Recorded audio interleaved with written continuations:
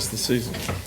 I'd like to call the city council to order. Would everyone please stand for the Pledge of Allegiance to our country flag? I pledge allegiance to the flag of the United States of America and to the republic for which it stands, one nation, under God, indivisible, with liberty and justice for all. Thank you very much. Would the clerk conduct a roll call, please? Heidi, Here. Clinker. Here. Nargi. Here. Reynolds. Here. Brown. Here. Allersmeyer. Here. Williamson. Here. Downing. Here. Campbell. Here. Quorum present. Our first order of business is 3 hearings, for public hearings, and we will take those all at once. I would entertain a motion to hear the comments for the recess for the public hearing. Mr. Heidi, I move to recess for the public hearing. and seconded by Second. Mr. Clinker. Okay, go ahead. Okay, ordinance 2019-23, an ordinance to vacate a portion of an easement in Twickenham Commercial Subdivision. Is there anyone who wishes to address this particular ordinance? There being none, Mr. Clinker? Go next. We can go on to the next one. I got on McCall, huh? Go ahead. Resolution 2019-15, a resolution declaring the designation of certain real estate as an economic revitalization area and approving the application for property tax abatement, ASW Real Estate LLC. Is there any comment by members of the audience? Dennis, we're doing them later. This is just a public hearing. He's ready to go. He was. All right. Mayor, that was pretty effective. Okay, we just need, Go ahead. is there any public comment for that one? There being no public comments, we'll go on to Resolution 2019-18. A resolution to cast the votes of the Lafayette Common Council in favor of Tippecanoe County Income Tax Council ordinance to add public safety allocation rate to local income tax rate.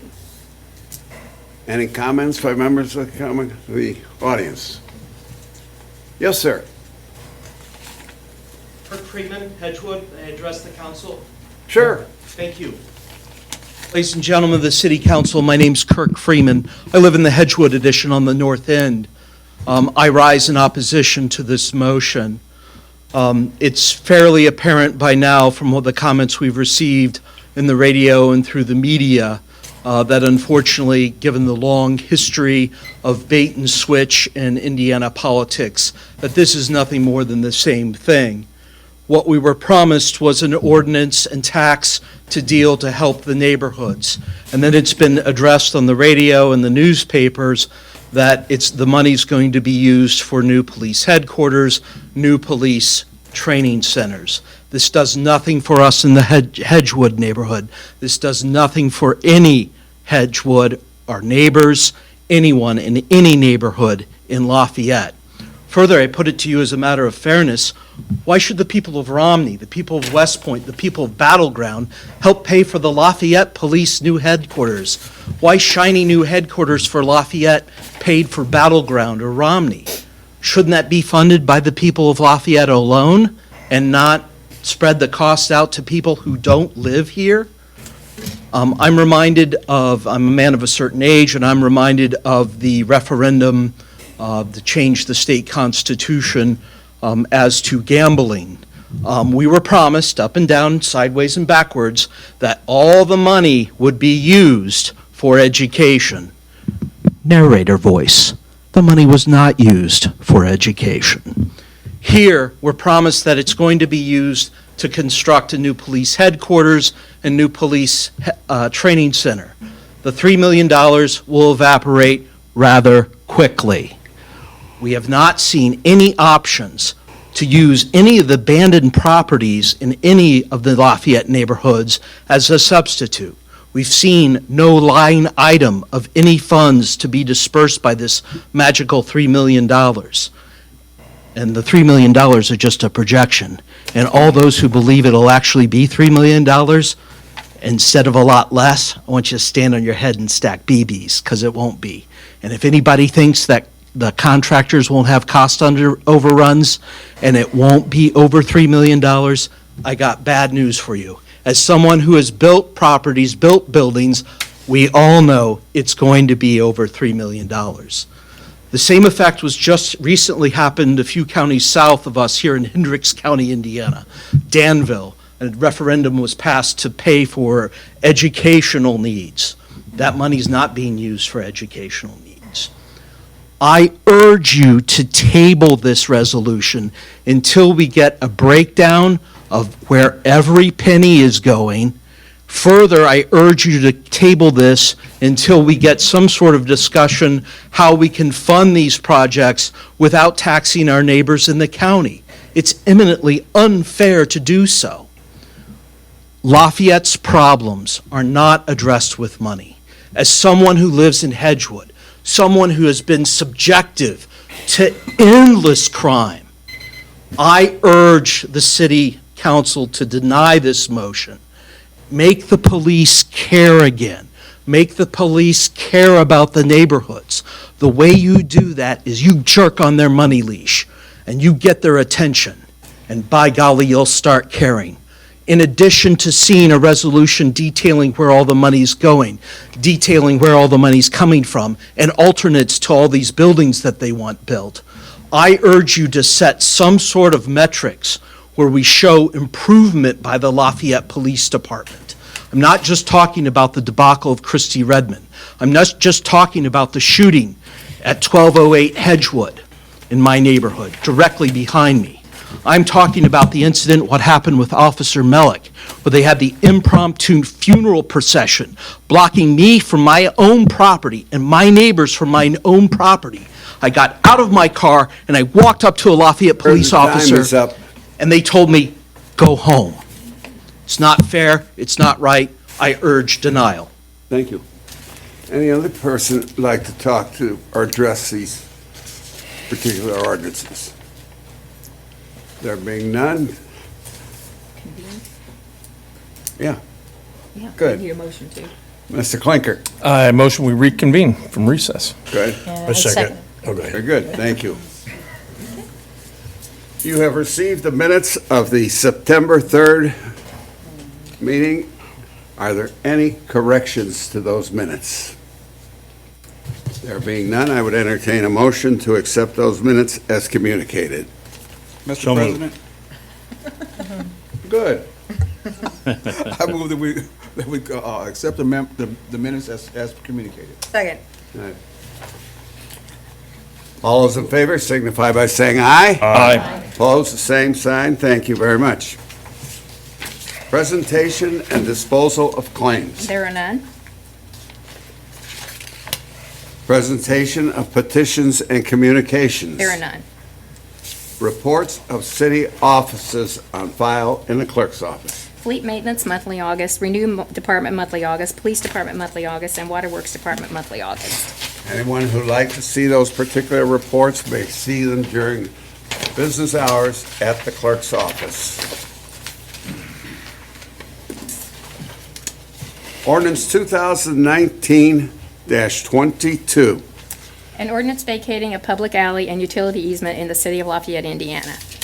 Mr. Downing, I move to approve ordinance 2019-22. Second. second. Discussion by members of the Common Council. There being none, yes, sir. Mr. Campbell, ladies and gentlemen of the council, Dan Teeter, attorney with Riley, Teeter, and Schreier. You've heard my comments that I made on first reading. We had a public hearing on this. Basically, we want to get rid of these utility easements in the alley in order that we can build 4 buildings for apartments on this site. It's going to be 1 and 2 bedrooms. I think it'll be a nice addition to the area as well. And it's my understanding the city has no objections to our request. So other than that, I'd be happy to answer any additional questions if you have any other concerns about this matter. Thank you. Any questions of this gentleman? Thank you very much. Anybody else like to address this particular ordinance? There being none, would the clerk please conduct a roll call vote on ordinance 2019-22? Heidi, Aye. Blinker, Aye. Nargi, Aye. Reynolds, Aye. Brown, Aye. Allersmeyer, Aye. Williamson, Aye. Downing. Aye. Ordinance passes 8-0. Ordinance 2019-23. An ordinance to vacate a portion of an easement in Twickenham Commercial Subdivision. What's the pleasure of the council here? Mrs. Nargi? I move we hear ordinance 2019-23. Second. Discussion by members of the council first. Any questions? Okay, yes, Shannon. Sarah Wyatt on behalf of Ball Eggleston, here for the petitioner. This is a petition to vacate a utility easement, and it is my understanding that a new easement has already been granted to the city, and the new utilities have already been installed and inspected and are satisfactory to the city. So we would ask that you grant this petition to vacate the old easement. Any questions of this young lady? There being none, yes, ma'am. Thank you. Thanks. Any questions by members of the audience? There being none, would the clerk please conduct a roll call vote on ordinance 2019-23? Heidi, Aye. Clinker, Aye. Nargi, Aye. Reynolds, Aye. Brown, Aye. Allersmeyer, Aye. Williamson, Aye. Downing. Aye. Ordinance passes 8-0. Thank you. Ordinance 2019-26. An ordinance adding new section 13.01.180, building permit conflict of interest to the Lafayette Municipal Code. Mr. Chosnick? Yes. The legislature adopted a statute this past. Yes, ma'am. I move we hear and approve ordinance Good, very good. 2019-26. Second. All right. All right. The state legislature passed a statute, this past legislation to take care of concerns regarding conflicts of interest with building inspectors having a financial interest in any permits that were being issued. And so the city of Lafayette, city of West Lafayette, and the county got together and entered into an interlocal agreement. This ordinance basically allows, if there is a conflict determined, that we're able to use an inspector from the west side or inspector from the county and vice versa, they can do that. So this is to allow us to comply with the new state statute on conflict of interest in building inspectors. Any questions of Mr. Chosnick? As of now, we haven't had any issues in this regard, have we? No, but maybe in some other counties they have. Anybody else in the audience wish to address this particular ordinance? There being none, would the clerk please conduct a roll call vote on ordinance 2019-26? Heidi, Aye. Clinker, Aye. Nargi, Aye. Reynolds, Aye. Brown, Aye. Allersmeyer, Aye. Williamson, Aye. Downing. Aye. Ordinance passes 8-0. Thank you. Ordinances for first reading. Ordinance 2019-27. The 2020 GLPTC budget and ordinance appropriating money for the Greater Lafayette Public Transportation Corporation as required pursuant to Indiana Code 6-1.1-17-20. Yes, sir. Mr. President, I move that we hear and approve ordinance 2019-27 on first reading. Second. Second. Discussion, this, Mr. Senate. Good evening. Marty Sennett, General Manager from City Bus. What you've seen is my 35th my 35th year of putting budgets together. I don't know if I'm any better at it now than I was back in 1985 or whatever, Put in the file. or 84. So I will do my best to tell you a little bit about it. One of the things that we are doing in 2020 is adding over 7,200 hours to the 1B Salisbury route. You're wondering why I'm telling you about a route that serves West Lafayette. Well, the route had a very poor on-time performance, and it does bring a lot of residents from the Lafayette side back to downtown who either go to school at Purdue or work there. They weren't making their transfers. So we made a change this past August that helped quite a bit. We're also looking into the possibility of operating what they call microtransit. What's microtransit? It's a small vehicle similar to what Purdue's doing with their Leaper X service.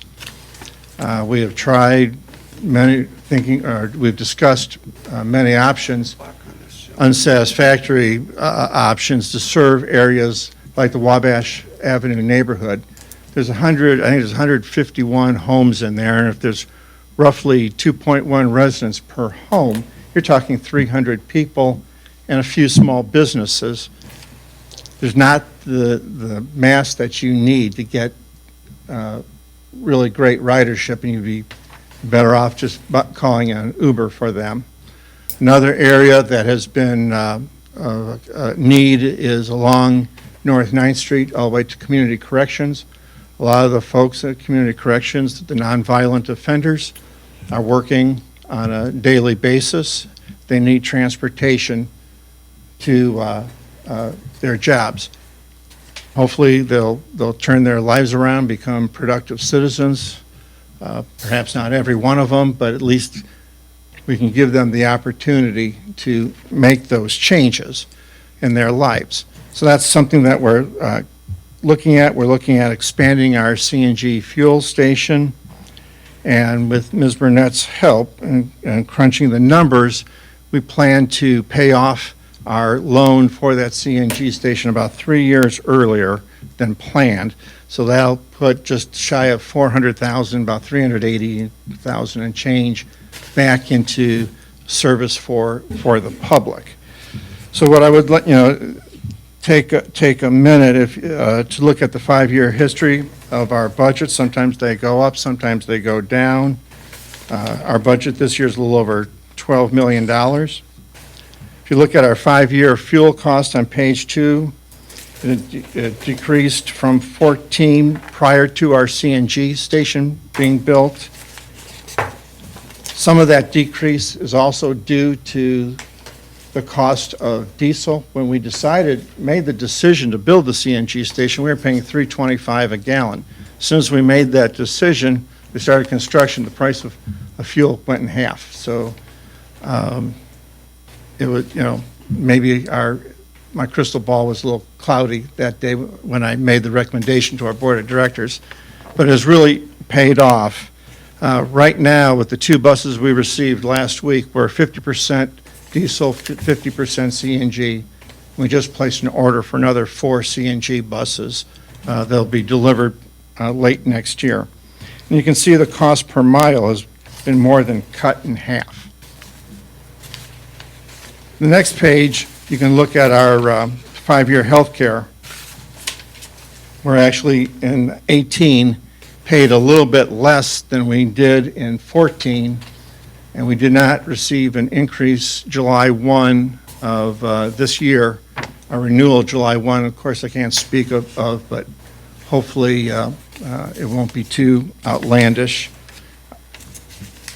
And then something that you may be asked about by your constituents is our ridership, which is really what is important, is getting people to where they need to go. And you can see in 14, we were almost at 5.3 million. 2 factors made our ridership dip a little bit. One of them was the State Street restate project. Those years were really brutal. We're past that, fortunately. And then the economy was pretty good. So some folks who used to ride were able to buy a car. And but fortunately, we're seeing a rebound. I'm estimating a little bit over 5 million, maybe 5.1 million riders for 2019. With that conclusion, also I'd like to point out a couple other things that in our budget. We'll be adding 2 full-time employees, one in administration and one in the maintenance department. So with that, I'll conclude my comments and be glad to answer questions. Any questions? And if 5 million riders, is that, you get from the federal government, an extra to hit that 5 million? Well, there's a program called Small Transit Intensive Cities. For example, we carry 5 million here. We're the second most in the state of Indiana. Indianapolis is about 10 million, even though they're much larger than us. South Bend and Fort Wayne together don't carry what we do. So because we have some good numbers, and there's formulas, and I won't bore you to tears with the formulas, but the more people we carry, we get additional funding through this special funding formula. You have you list a difference of 250,000, a little over 250,000 riders between 18 and 19. Do you expect to hold that number? I mean, another 250,000 for? Well, we're up almost 2020? 10% this year. Okay. So if you look at our ridership for last year was what, 4.7? If I can- Almost 4 point, yeah. So if you add 10% to that, that'd be 5.1 million. I think we'll exceed that, but I didn't want to put that down there. If I put 5 million and we hit 5.2, you're happy. If I put 5 million, we had 4,990,000, you're gonna look at it. disappointed. So I'm being a little conservative in my estimates. It's like waiting at the restaurant. When you're told 10 minutes and it's 20, you're mad. When it's 20, you get there in 15, you're happy. So it's also like, how you look at things. Thank you, sir. You're welcome. Any other questions, ladies and gentlemen? Thank you. Okay, thank you. Any members of the audience wish to ask this gentleman anything about the request? There being none, would the clerk then conduct a roll call vote on ordinance 2019-27? Heidi, Aye. Clinker, Aye. Nargi, Aye. Reynolds, Aye. Brown, Aye. Allersmeyer, Aye. Williamson, Downing. Aye. Ordinance passes 8-0. Thank you. Ordinance 2019-29. Oh, excuse me. We better go backwards. I know, gotta have that budget. Yeah. Ordinance 2019-27. Ordinance 2019-28, a 2020 budget ordinance, and ordinance appropriating money for the purpose of defraying the expenses of several departments of the city government of the city of Lafayette, Indiana for the fiscal year beginning January 1, 2020 and ending December 31st, 2020, including the outstanding claims and obligations and fixing the time when the same shall take effect. Yes, sir.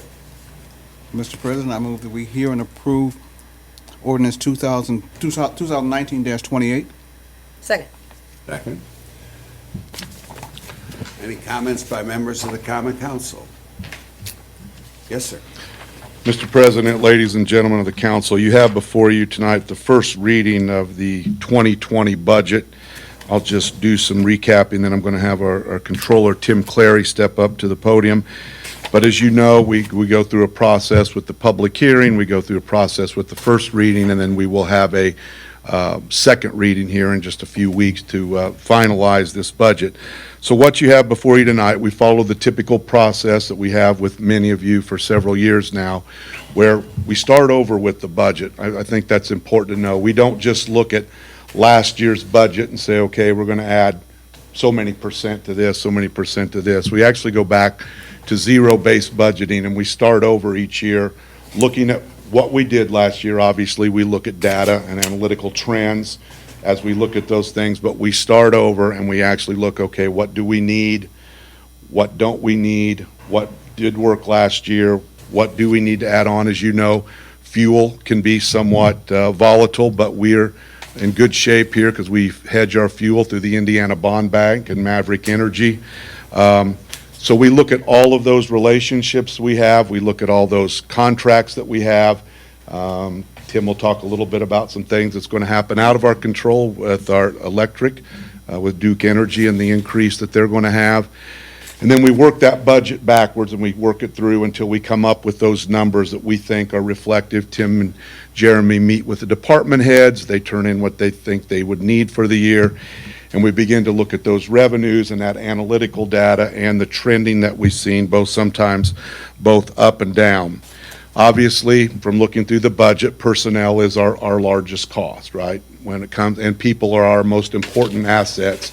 I feel honored to work with the men and women of the Lafayette Police and Fire Departments and all of our city employees who do a tremendous job with city services in this community and work under some very, very difficult situations. So salaries, insurance, pensions, Social Security, all of those things, that personnel costs are a significant part of the budget, with public safety being the largest percentage.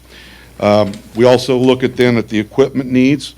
Obviously, we have great city services when it comes to street, sanitation, all those things that we do with recycling, the equipment that we would need for all that to keep that going throughout the year, and we end up with a number. Now, we have to upload numbers well in advance of this meeting. Sometimes we don't have all the data back, so like insurance, and Tim, I don't want to steal all your thunder, but we didn't have our insurance number when we submitted this for the first time. We do now, and I'll let Tim tell you what that is, because it's actually very good news. So we're going to be able to lower the budget considerably before the next reading, now that we have the final insurance number that we've been waiting on. So the budget reflects those types of things. What do we want to do to help continue economic prosperity in the community, quality of life initiatives, all wrapped in, obviously, in public safety that we need for all of those things to work, and we come up with the number. So the budget for this year,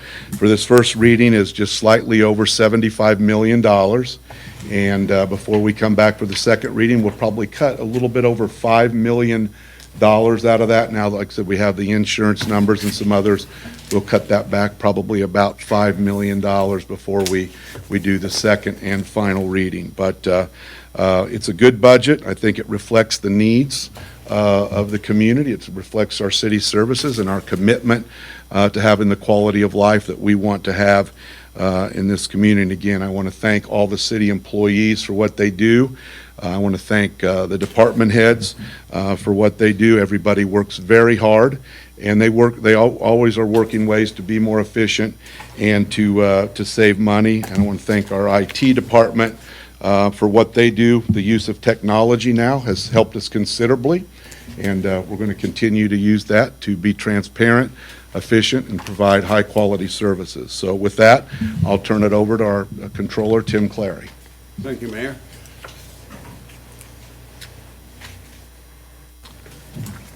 Good evening, Mr. President, ladies and gentlemen of the City Council. Tim Clary, City Controller.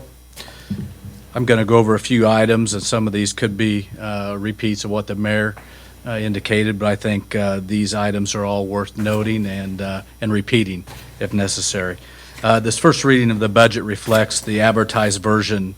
The advertised budget is a departmental request and other fund amounts designed to ensure the city attain the maximum property tax levy. The 2020 max levy increase equaled 3.5% over 2019. In theory, the 3.5% increase is the amount the 2020 budget can exceed the 2019 budget. However, with property tax caps, also known as circuit breaker, it reduces the 3.5% down to a 3.3% increase. That is the amount of revenue increase we feel that the city is going to receive, and therefore to propose a reasonable, sustainable budget. 3.3% is our targeted amount increase over 2019. Based on our calculations, the city is asking for a 3% raise for our civilian employees. We are also asking for a 3.2% raise for our sworn public safety personnel. As the mayor indicated, our employees are our greatest asset. We want to reward them all for their hard work and dedication to the city. Other notable aspects of the 2020 budget are the 1% increase in health insurance premiums. 1% is unheard of. It is the smallest increase that many employees of the city can ever remember. Last year, our increase was in excess of 15%. So the small increase makes the 3% increase in salary a 3.2 increase in our public safety personnel attainable. Other increases that we do know that will happen in 2020 include our electric utility rates. Duke Energy is currently under the Indiana Utility Regulatory Commission rate case. They anticipate increasing our rates in July of 2020 by 15%, and then an additional 2% will be effective January 1 of 2021. We use a lot of electricity here in the city, so we have to make definite adjustments in our 2020 budget in order to make sure that we can keep the lights on here in City Hall and our other buildings. The other major item that we have to budget is fuel, our diesel and unleaded fuel usage by fleet, police and fire, other departments of the city.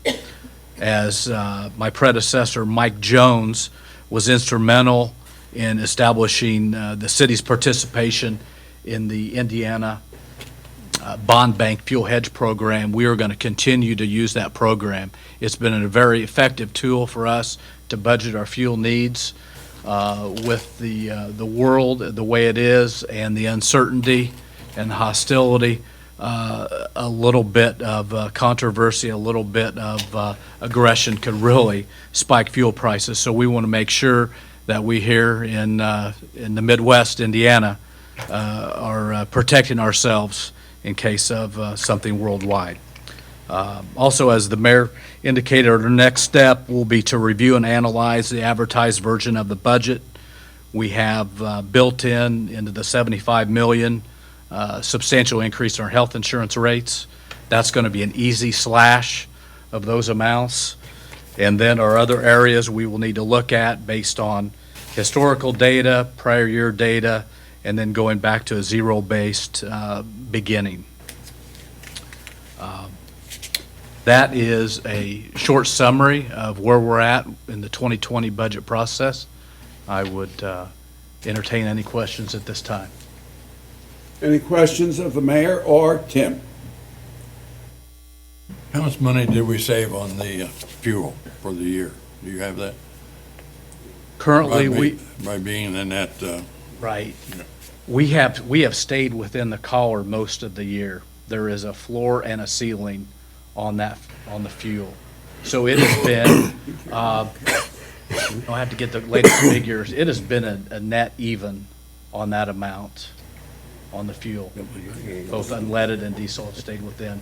It's really an insurance policy and it's protection if fuel would really spike.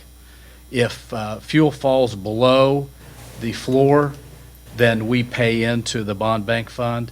If it exceeds, therefore we would pay more at the pump and more to our supplier, we get a rebate check. That's how that's how it works. summary that works. Any other questions of these two gentlemen? Thank you very much. Thank you. Any comments by members of the audience? There being none, would the clerk please conduct a roll call vote on ordinance 2019-28? Heidi, Aye. Clinker. Aye. Nargi, Aye. Reynolds, Aye. Brown, Aye. Allersmeyer. Aye. Williamson. Aye. Downing. Aye. Ordinance passes 8-0. Thank you. Ordinance 2019-29. An ordinance fixing the salaries of the appointed officers and employees of the City of Lafayette, Indiana for the year 2020, excluding the sworn protective occupation and law enforcement members of the police and fire departments. Yes, ma'am. I move we hear and approve ordinance number 2019-29. Second. Aye, thank you.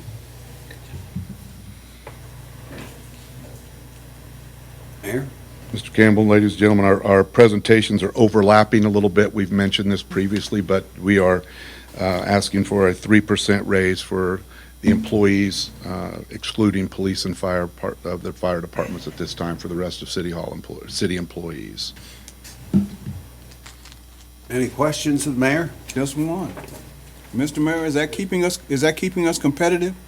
Because we I gotta believe get so. the best people. I believe so. We'll talk about that a little bit later on again, but yes, I believe so. I mean, we have very good insurance, and we have a very good vacation policy and some sick leave policies, and I think when you look at the overall package that we present, it's allowing us to be competitive, and we do work very hard, as I think many of you know, and you participate, to have a very good work environment here at the City of Lafayette, and we do many, many employee appreciation events throughout the year, and try to show the folks that are part of our team how much we value and appreciate them, and I think that goes a long way too. So yes, I'd say that it's keeping us competitive. We're not going behind, but we're not, I wouldn't say it moves us ahead, but it keeps us competitive.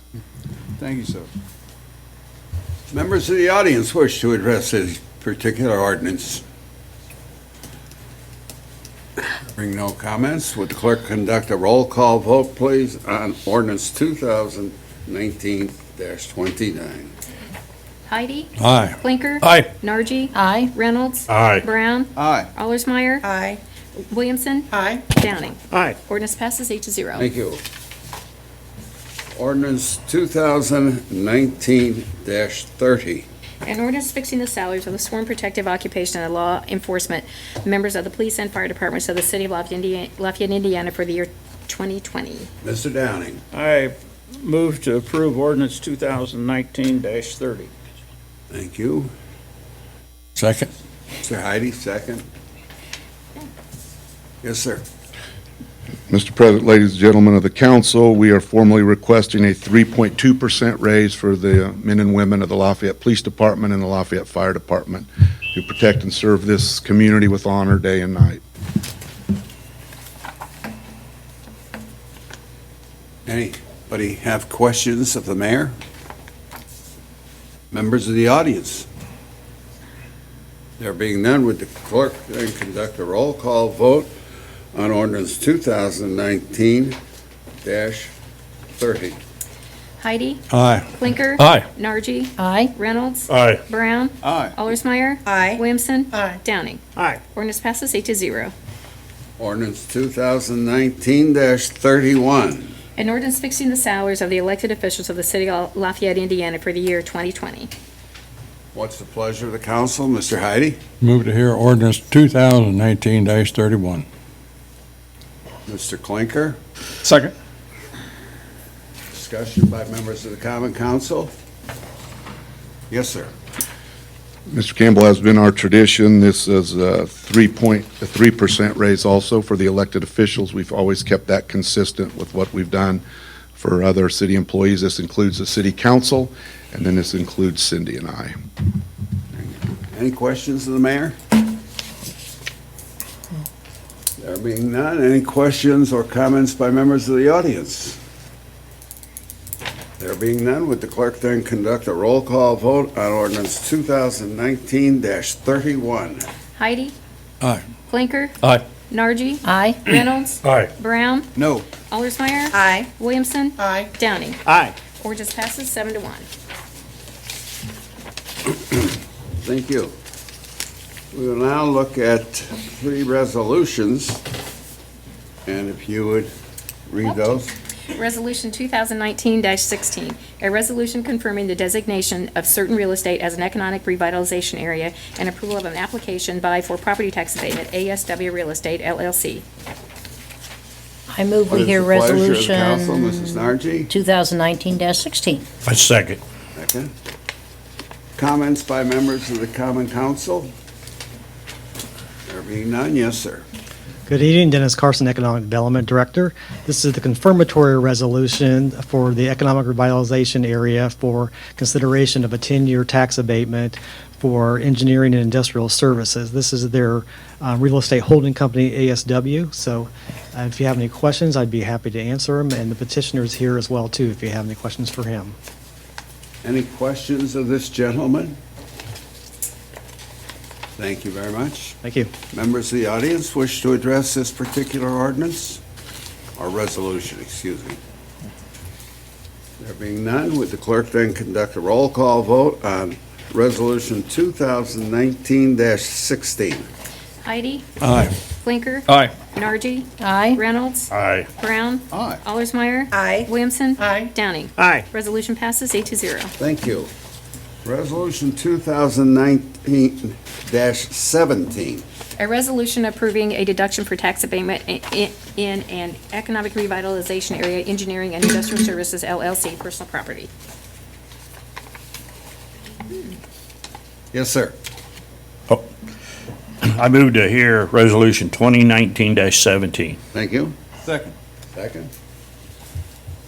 Comments by members of the Common Council. Yes, sir. Again, Dennis Carson, Economic Development Director.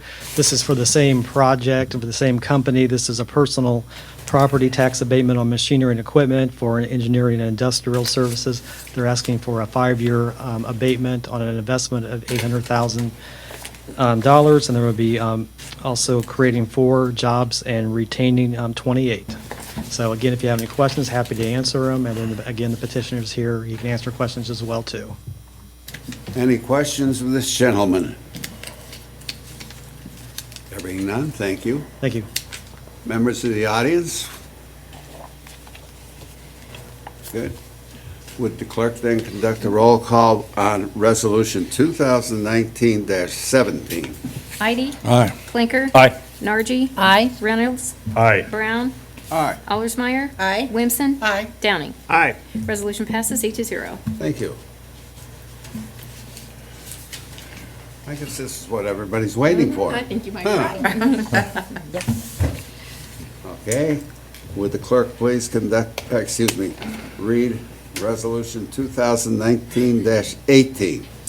A resolution to cast the votes of the Lafayette Common Council in favor of Tippecanoe County Income Tax Council ordinance to add public safety allocation rate to local income tax rate. And may I add, too, that I did receive some correspondence from our local law enforcement, signed by Chief Patrick Flannelly, Chief Troy Harris, Sheriff Bob Goldsmith, Prosecutor Pat Harrington, and Community Corrections Executive Jason Huber, in support of the Mrs. Nargi? I move we hear Resolution 2019-18. Thank you. Second. Second. Discussion by members of the Common Council. There being none, yes, sir. Mr. Campbell, ladies and gentlemen of the council, thank you for your time this evening. We're going to talk a little bit about what's before you, give you just a little bit of history.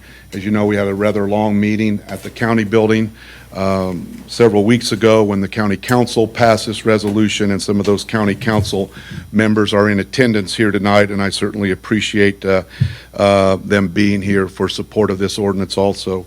As you know, we live in a wonderful community. We live in one of the best places in the United States. We've been ranked by Forbes in the top 10 for the last 5 years in a row for business and careers. And earlier this year, the community was ranked by the Chamber of Commerce the top 10 best places to live in Indiana. We haven't enjoyed economic prosperity, a high quality of life. I think between Lafayette, West Lafayette, and Tippecanoe County, unparalleled parks and recreation. We have great infrastructure here, and we have a community that works collaboratively and works together, not only in local government, but in police, in fire, in the way we plan. We even have a joint purchasing board between the city of Lafayette and Tippecanoe County. Well, tonight I think you're going to take one of the most important votes you've ever taken, and I'm not going to talk too long. Mr. Campbell's made it clear he doesn't want a repeat of the 2 hours at the county, and we're going to follow that along. But this vote for public safety is incredibly important as we look at the needs of the whole community going forward. So as you know, there is a state formula by which this money will be divided. So part of the money will come to the city of Lafayette, part of the money will go to West Lafayette, part of the money will go to Tippecanoe County, some of the money can even go to townships or fire departments. There's different processes in place. So this is a county-wide, and everyone in the county will benefit from this in some way. And I'm not going to speak for the county council members, but they have their needs too. So as we look at the growth and we look forward, it's important that we look at the needs that we have, and we have done that. We've been doing space analysis for a while now. In 2016, we announced initiatives that have helped drive down the Part 1 crimes here in Lafayette for going into the third year in a row.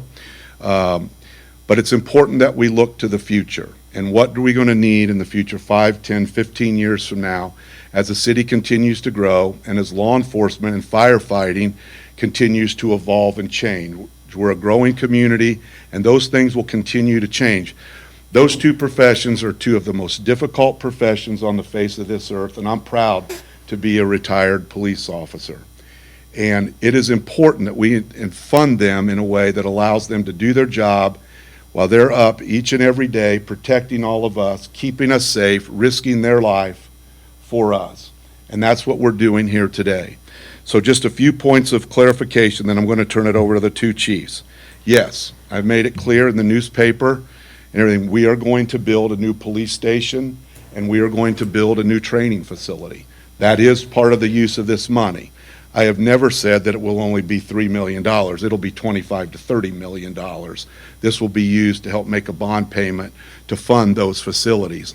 Those facilities are incredibly important for law enforcement, firefighters, people to be able to do their jobs. I've also said I want to see the county and the city combine their communications and data center into one centralized location in this new facility. I think we owe that to our taxpayers. It will make us more efficient. We'll be able to work together even better, and we'll be able to gather data on a countywide basis that we can use in analysis to help make the entire community safer. So we are going to build some buildings with it, and they are necessary.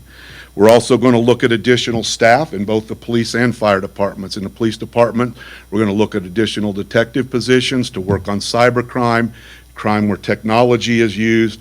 That takes a lot of time. When you look at all the crimes that's used, we need people to have more time to dig into that deeper and help solve those cases, help study that data. And we're going to add positions in patrol and detectives. We're going to add folks on the fire department over time as the community continues to grow. If you look at the Alexander Ross and the Berlowitz watershed, we have about 600 acres of ground that can still develop, and I believe it will develop. We're going to need additional staff, additional trucks.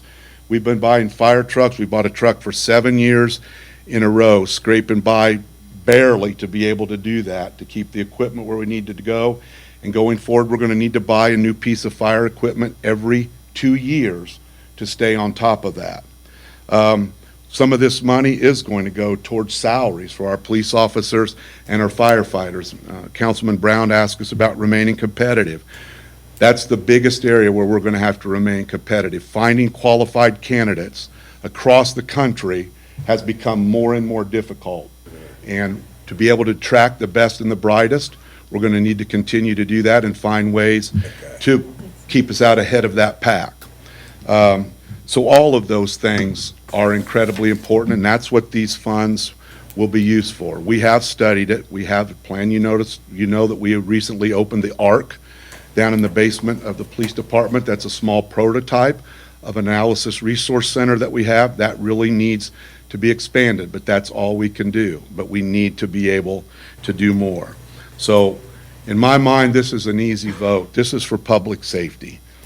And everything else we do, whether economic development, quality of life, parks and recreation, hinges on our community being safe and the men and women of the police and fire departments that we task with keeping us safe have the resources to do that. And that's exactly what this will allow us to do. As I said, Tippecanoe County Council has already passed it. I guess it's probably been almost a month ago now. Time goes so quick. And West Lafayette is voting on this this evening also. So I would very much appreciate your support. We're going to have the fire chief go next, and then the chief of police will finish up for it. So at this time, I'd like Fire Chief Richard Doyle to come forward, please.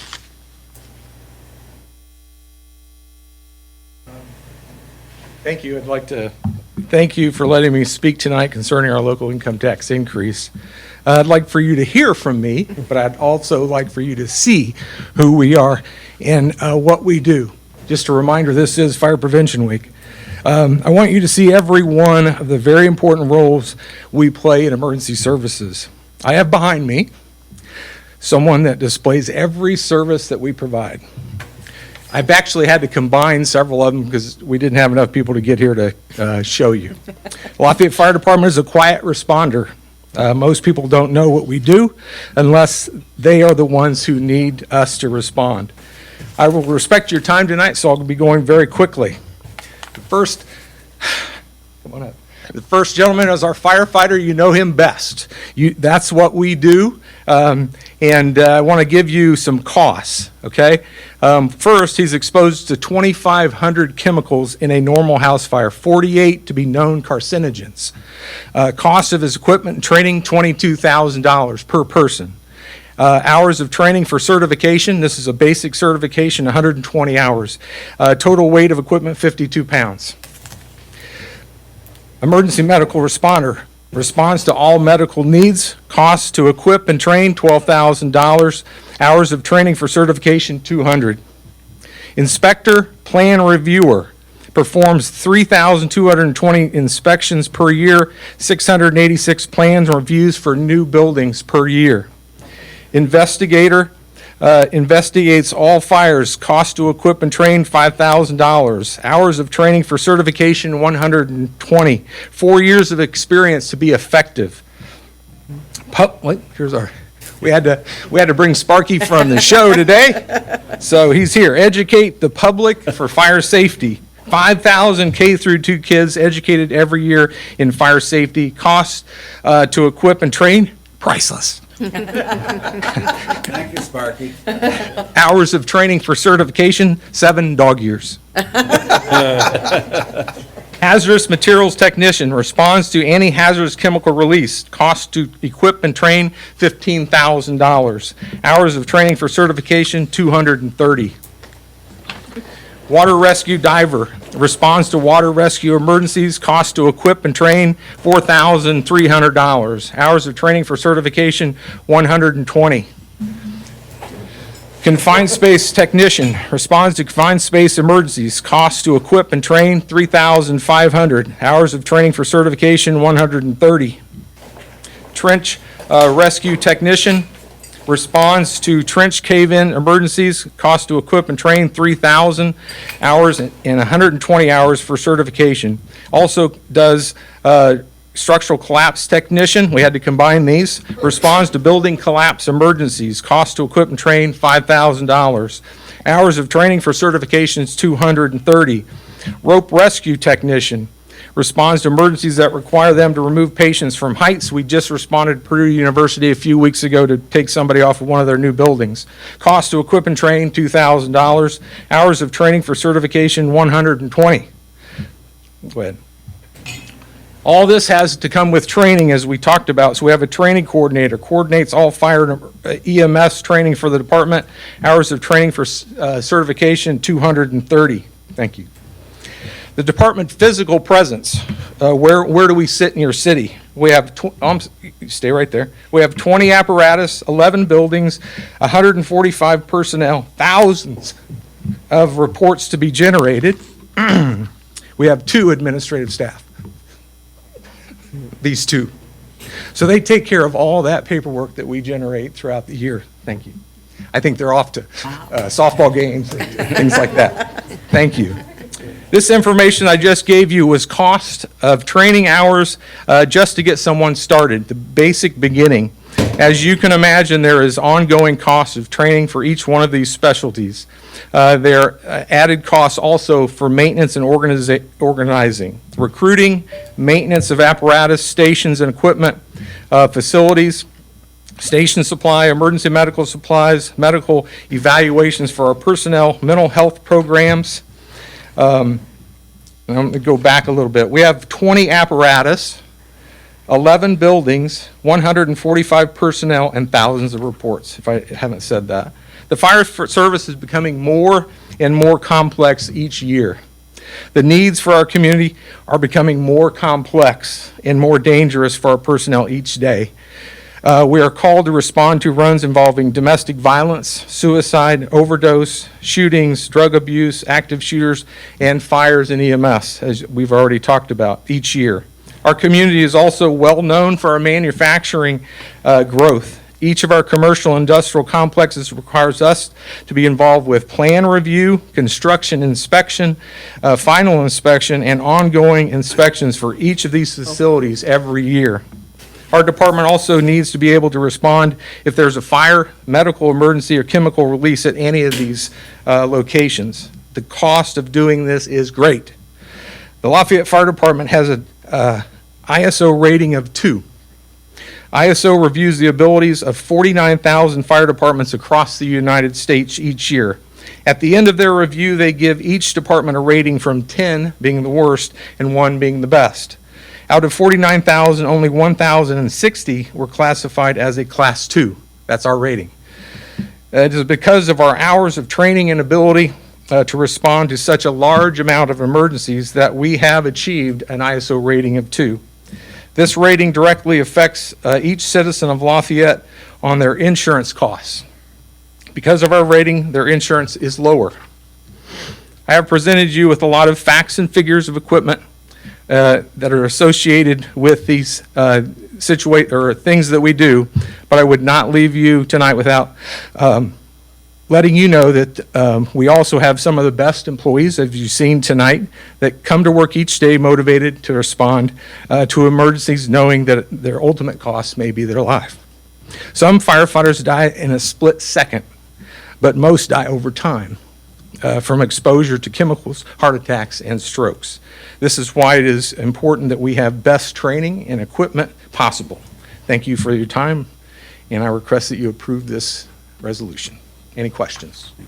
Thank you, Chief. Thank you very much. Thank you. Thank you. Any questions of the chief? Yes, sir. Good evening, Patrick Planley, Chief of Police. You know we love our fire partners and we hate to get shown up. I don't think I can top that. I'm just going to start that off right now. I did present to the County Council earlier this month. I submitted to the City Clerk the written form of, it wasn't a formal document, but I wanted to share that with all of you so you could see it, so I wouldn't have to stand here for 45 minutes tonight like I did there. However, I would love the opportunity to touch on a few highlights and just to let you know what our needs are and why I'm here. Again, I'm privileged to speak tonight on behalf of the men and women of the Lafayette Police Department, both sworn and civilian, in sworn and civilian capacities. It takes all of us to make everything work at the police department. I'm closing in on the completion of 25 years at LPD, the last 7 years serving as chief. And there have been many changes in that time, over that span of time, within the department and within our community. And a lot of shifting demographics, a lot of shifting responsibilities, and it's been quite a ride. And I'm just as excited to come to work today as I was 25 years ago.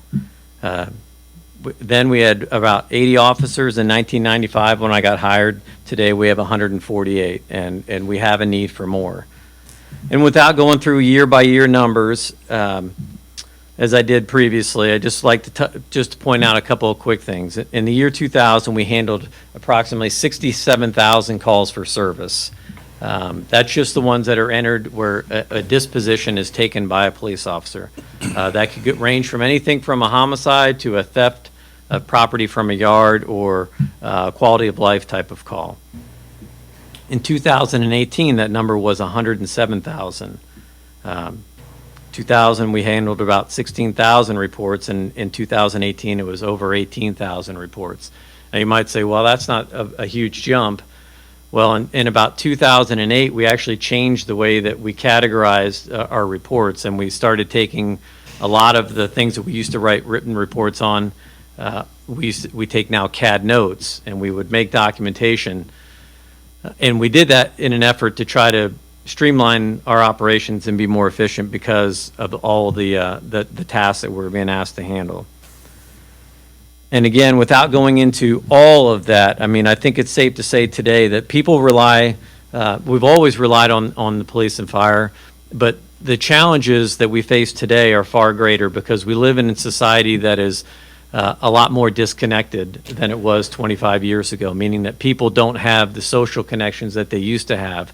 And when they need help, when they used to be able to ask a family friend or a neighbor, those networks aren't there anymore, so now they call the police. And so we're really asked to handle a lot of things. And the fire chief touched on things stemming from addiction and other social concerns that the police have become a big part in, which we're happy to serve and provide that service, but it does place a significant demand on our services and our people.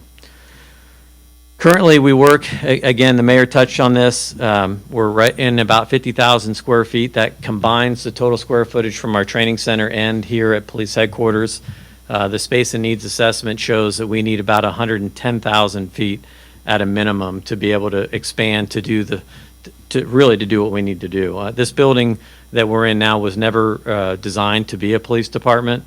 It was retrofitted in 1995, and there's a lot of needs that we have just for the safety of the people in the building that we need to address in the coming years. I'll touch again on our people. Our people really are our greatest resource, and I don't say that lightly. Finding the best people has always been our #1 priority. Applications are down. They're down significantly around the country. This has been a trend that's been going on for a few years. And part of and I touch on it in that paper if you want to read it, but just in a nutshell, we're facing an issue of manifest destiny. And in that, some of the concerns over the last few years are that the police are corrupt, they're no good, they don't do a good job. You read it in every newspaper, you hear it on every newscast. All you hear are the negative things about the police, everything that the police don't do. But what you don't hear is the 108,000 calls for service that they run every single day. That equates to 300 calls for service per day here in our own community. And after a while, that can take a toll. And we're living in a time now where this has been a generational profession. There's been honor and integrity, and people would be honored for their children to now take this profession. And if you ask most police officers today, they'll tell you that they don't recommend their own children to pursue this career. In fact, if you ask them, for those that you know well, they will tell you that they are actively discouraging their children to pursue this career. And that is extremely problematic, because the problem doesn't manifest itself today. It's 5 years from now. It's 10 years from now when you have to lower your standards, when you begin to hire people that you wouldn't even have thought of before, and now you give them all the authority that they have to go out. That's when the big problems really come, and that's what we really need to fight against. Not just here in Lafayette, not just here in Indiana, but nationwide. And it's becoming more and more difficult to recruit the quality people that we need. We screen out over 90% of our applicants. Where we used to get 500 applications for one position, we now get about 10 applications for one opening that we fill. So I'm just telling you, I'm not an alarmist, but it's concerning to me about how we're setting ourselves up in this community for the future. Technology is ever changing. We have a difficult time keeping pace with it. I think anybody does. If you've got a phone or a computer, if your phone probably rings 5 times a day right now with people that are trying to scam you in one way or another. And right now, we just don't have the capacity to investigate a lot of types of crimes that are victimizing our communities. And this is something that we definitely need to address moving forward. Our analysis and response center downstairs, the ARC, it is a prototype, and we've already had some great success there. We've got a lot of work to do down there. We're excited about what technology can do for us, but again, this is just us trying to create a value-driven approach to how we do our job every day. Not just going out and running calls for service just because the phone rings, but trying to get to the core issues in our community that will improve the quality of life for all of our citizens every single day and keep us the vibrant and growing community that we've all come to know and love. So again, just in closing, our LPD officers, despite the tough times that we are working in, oftentimes receive a pat on the back and a kind word for a job well done. It never goes unnoticed or unappreciated. Words are comforting, but action trumps everything. I'm asking for your help tonight by passing the local option income tax to directly support our police officers and all of those who work within the public safety community.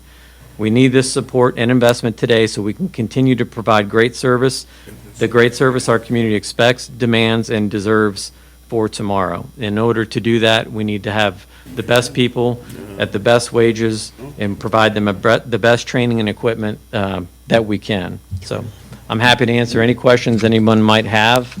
But again, thank you for your time, and I appreciate you giving me an opportunity to speak tonight. Thank you, Chief.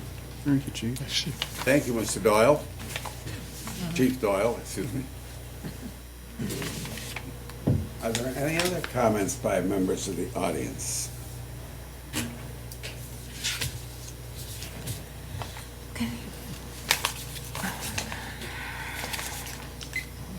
I am Susan Schechter. I live at 1001 Ferry Street. I fully support this increase in the tax to support public safety, and I would urge you to consider looking at this not just specifically for the needs that have been discussed, but more globally.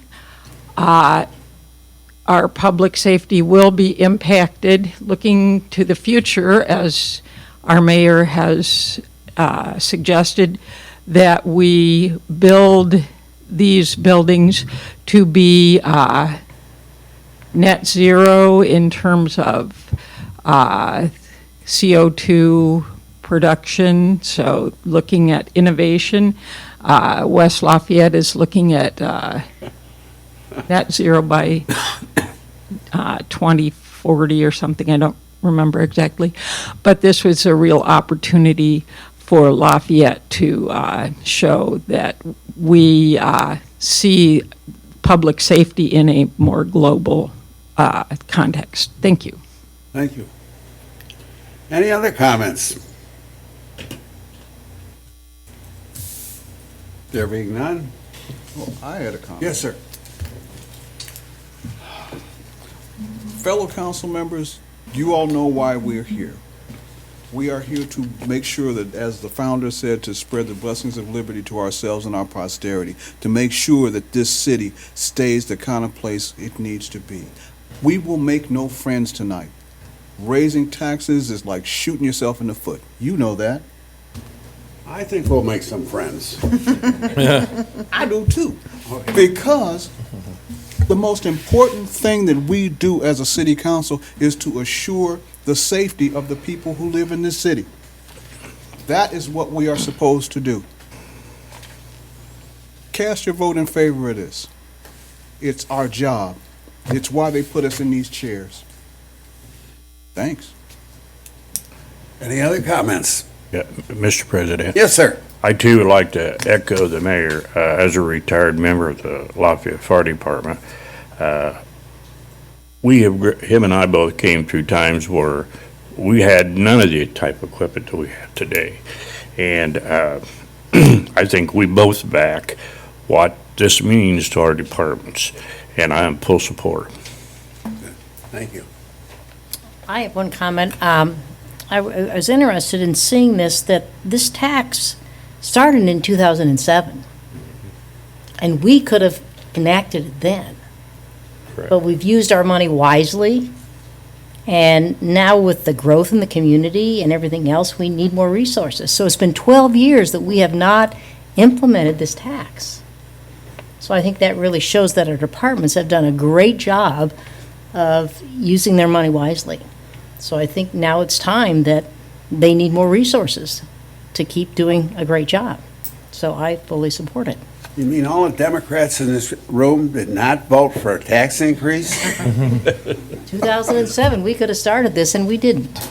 Okay. And I think the mayor may also agree, we're one of the last counties in the state, I think, or the last 20-some percent have not used it yet. Right. All the other counties have already enacted this. Mr. Heidi, what do you want to do? Public comments first, huh? Now you can do whatever you want. We're going to have a vote. Okay, ready? Ready? Just about, boy, you gotta get I him would, ready. I would just like to make one more comment. Chief Doyle said something pretty quickly there, that our insurance rates are lower because they are fully trained.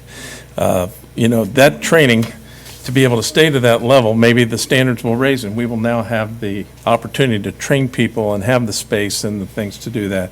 So it actually is almost offset by the ISO ratings and the Right. insurance savings. Mr. Downing? No comment. No comment? Okay, good. I think we'll just take a vote, Okay, if everybody's agreeable with that. all right. Mr. Heidi? Aye. Clinker? Aye. Nargi? Aye. Reynolds? Aye. Brown? Aye. Allersmeyer? Aye. Williamson? Aye. Downing? Aye. Resolution passes 8-0. Thank you. We have to do anything else? I think just these, just the rest of our agenda. Reports of standing committees. Some of you folks can leave, Come on. Reports of standing committees. There being none? See what on for? Reports of special committees. Reports of the mayor. No, sir. Miscellaneous and new business. Reports of councilmen and councilwomen. I just have one thing to say. If you haven't been to the fire show Wednesday, it's free. We welcome you. Again, it was repeated, almost 5,000 children K to 12 during the day. And I've done it for 24 years, and I hope to continue to do it. And it's a lot of fun. Is that dog, is he? in this? Oh, yeah. Sparky will be there. Unfortunately, that was my start. And my kids, Public comment. There being none? Can I make an announcement? Yes, real quick? ma'am. I'd just like to remind everyone that we do have a public hearing on Thursday for the 2020 budget and the GLPTC budget, as well as 5 PM here in the council chambers. And then the adoption for the second reading of the budgets and Thursday. the ordinances will be October 23rd, which is a Wednesday at 5 PM in the council chambers. Mr. Heidi? I move to adjourn. you have a second. Thank you. All those in favor signify by saying aye. Aye. Opposed, the same sign. Thank you very much for all of your attention, folks. And thank you for attending.